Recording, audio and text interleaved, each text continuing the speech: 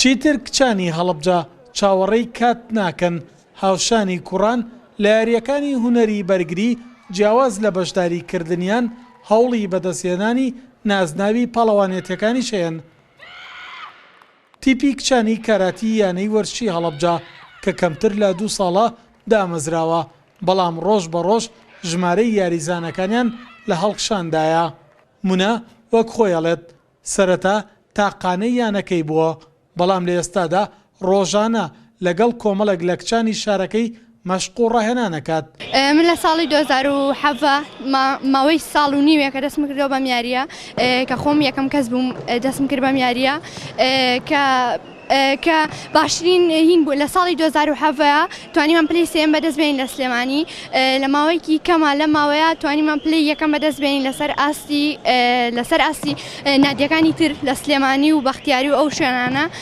اینجا زۆر دڵخۆشم بەم یاریەش کە توانیومە تا ئێستا بە پشێنێکی بەرز کە پشێنشینم بەشدار بم لەم یاری. بەڕاستی وایە کچان سەرەتا بڵێ لەبەرەوەی بڵێ ئەمە کاراتیە مامۆستاکە پیاوە ئەوە نەبوو بەس کە ئێمە یاریمانە کرد هاوڕەکانمانە هێنا ئەمان و سیرکەن کە سەیری ئێمەیانە کرد گویان بەوە گرنگیان بەوە نەدا کە مامۆستاکەمان پیاو بێیان پیاو نەبێت کە ئێمە نەبینی ئەوانی شاهاتن لەگەڵ ئێمە بەردەوام. کچانی یانەی هەڵەبجە لە ڕێگای نمایشەکانیانەوە ئەیانەوێت سەرنجی کچان بۆ خۆیان ڕاکێشن و بانگێشتیان بکەن بۆ بەشداریکردنیان لەم یاریەدا. دیارە ئێمە ساڵێکە دەستمان پێ کردووە ساڵێک زیاترە بێ و لە ماوەی ئەم ساڵەیە بە خۆشحاڵێکی زۆرەوە کچان توانیویانە بێنە ناو یاریەوە کە ئەوەش ئێمە هەدەفی ئێمەیە کە باشتر بن. بەڵێ ئێمە تا پشتوێنی شین چوین و هەموو ئەوان بەرزترین پلە تا ئێستا لە کچەکانە پشتوێنی شینە و دیارە لە نیزالە لە قیتالە لە کاتایە کۆمێتەیە زۆر پێشکەوتوین و هیوادارم خەڵکی تر کچانی تر زیاتر بێنە ئەم یاریەوە چونکە تەنها خۆتەزانی ئەم یاریە چەند بۆ کوڕ باش بێت و ئەوەنە بۆ کچیش باشترە. بە خۆشحاڵیەوە توانیمە لە 2 پاڵەوانیتیا بەشداری بکەم. لە پاڵەوانیتی یەکەمە توانیم پلەی سێمی بەدەست بێنم و لە دووەمیشە توانیم پلەی دووەمی بەدەست بێنم و کچانیش بە خۆشحاڵیەوە کە توانیوانە بەڕادەیەکی باش ڕووبکەن ئەم یاریەوە.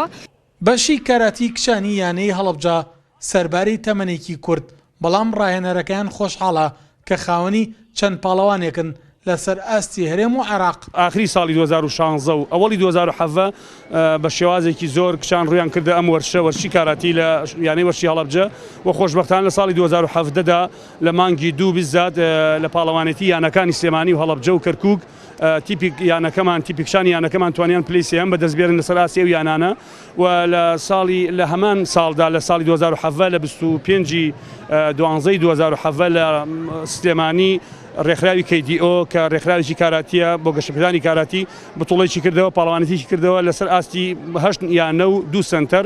خۆشبەختانە تیپی کچانی یانەکەمان توانیان پلەی یەکەم بەدەست بێنن و ئێستا خۆشبەختانە ئەتوانم بڵێم چەندین پاڵەوان لەسەر ئاستی کوردستان و عێراقیش لە یانەکەمان لە بەشی کچان دروست بوون.